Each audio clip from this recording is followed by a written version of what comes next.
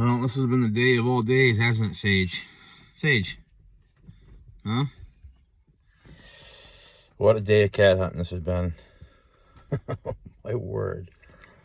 Oh, man. Truck breaking down this morning. We had a cat on the bait. So we got prime conditions right now. I mean, small to medium-sized cat. And the snow we got now isn't going far. With dog pressure on them. And we got the dog power, so we're excited about getting out today and catching a cat. But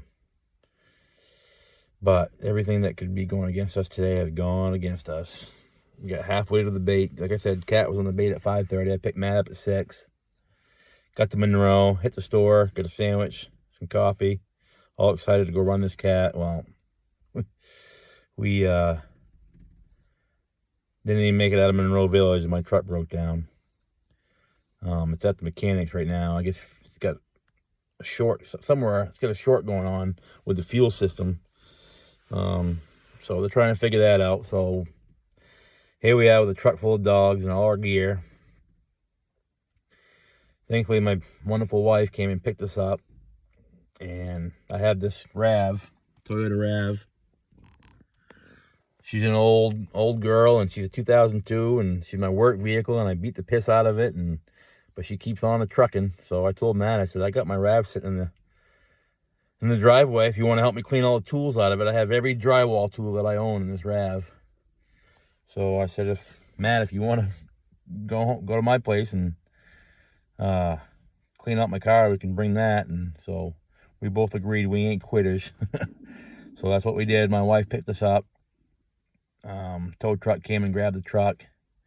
We went home, cleaned all my tools out, threw the dogs in here. Dog box right there. Sage, riding shotgun.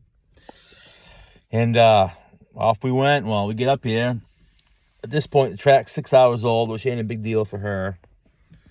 She's a hell of a cold-nosed dog. One of the best start dogs I've ever seen, honestly. But also, the cat had 6 hours of wandering on us too, so the cold trail was going to be longer. We knew that, but that's all right. We went for it. Well, put dogs on it, and they head right for Route 7. So me and Matt are way down in the woods because our bait's quite a ways in, and the snow's deep. Matt stays in the woods. I run back to my vehicle, jump in it, head down to Route 7, and got there just in time to see them dogs crossing. Luckily, there was no vehicles coming, so that was good. They get down on the other side, and they're going along good. All the dogs are barking. They're moving at a good clip. And then all of a sudden, they get into this area, and they just get all fucked up. Excuse my language, but it just all went to hell. And I couldn't figure out why, because this is brand new snow, smoking hot cat track. There's no reason why they should be in that predicament. They should have kept jamming it. Well, so in the meantime, while we're sitting here trying to figure out what the hell's going on, a massive snow squall comes through, pounds us. It's a whiteout. So that ain't helping, covering up the tracks. Again, though, I'm not real concerned about it with her, because she can take an old track, and it can be buried in snow, and she can still take it. So anyway, Matt decided to go in and see if he can't help the dogs out, which is part of this whole deal. It's not all about the dogs. This is a team effort. Sometimes you got to help them dogs out. They ain't perfect. So Matt heads in while it's pounding snow.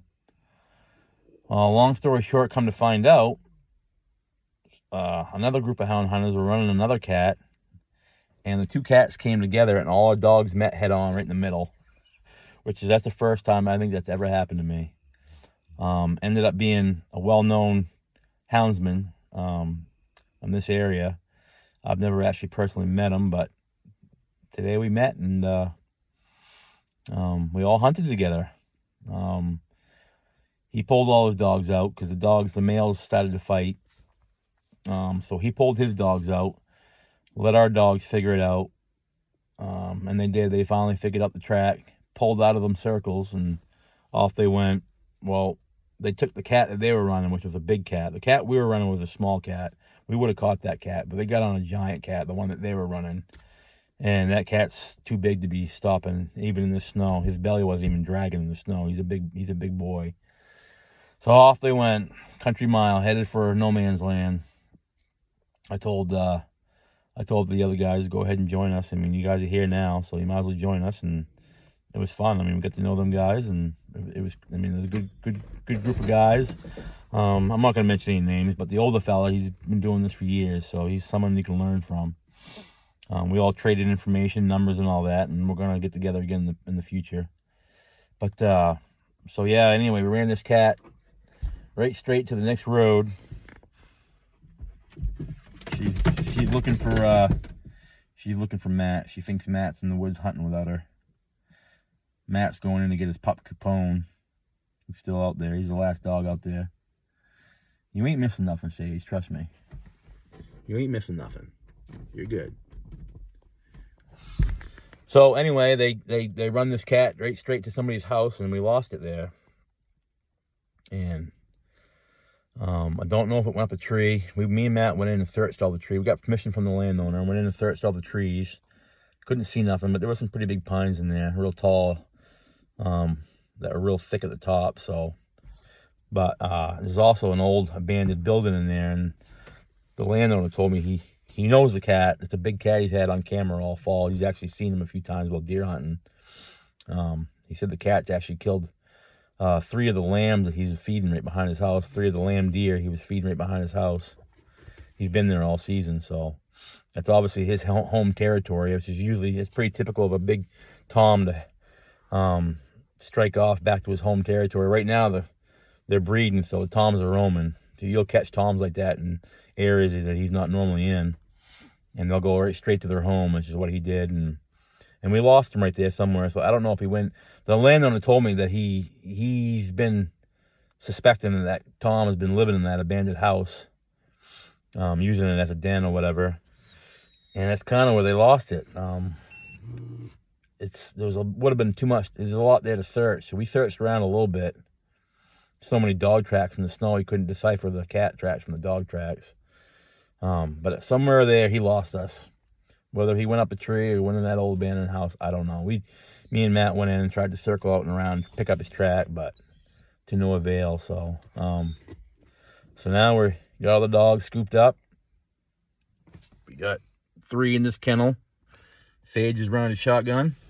And we got Capone, the pup, still out there.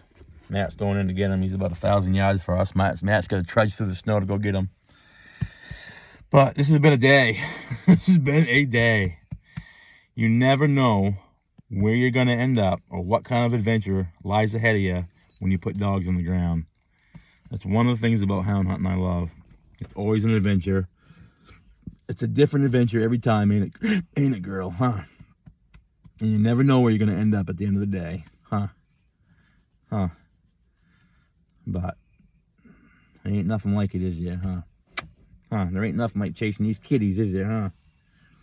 No, I just love the dogs and the dog work and the camaraderie, and it's not about killing cats. It's all about these dogs. It's a good time. It's one of them things I don't think I'll ever see myself getting out of. I just can't. There's no way. When the snow falls, I want to be out there. So don't you, huh? So don't you, huh? Yeah.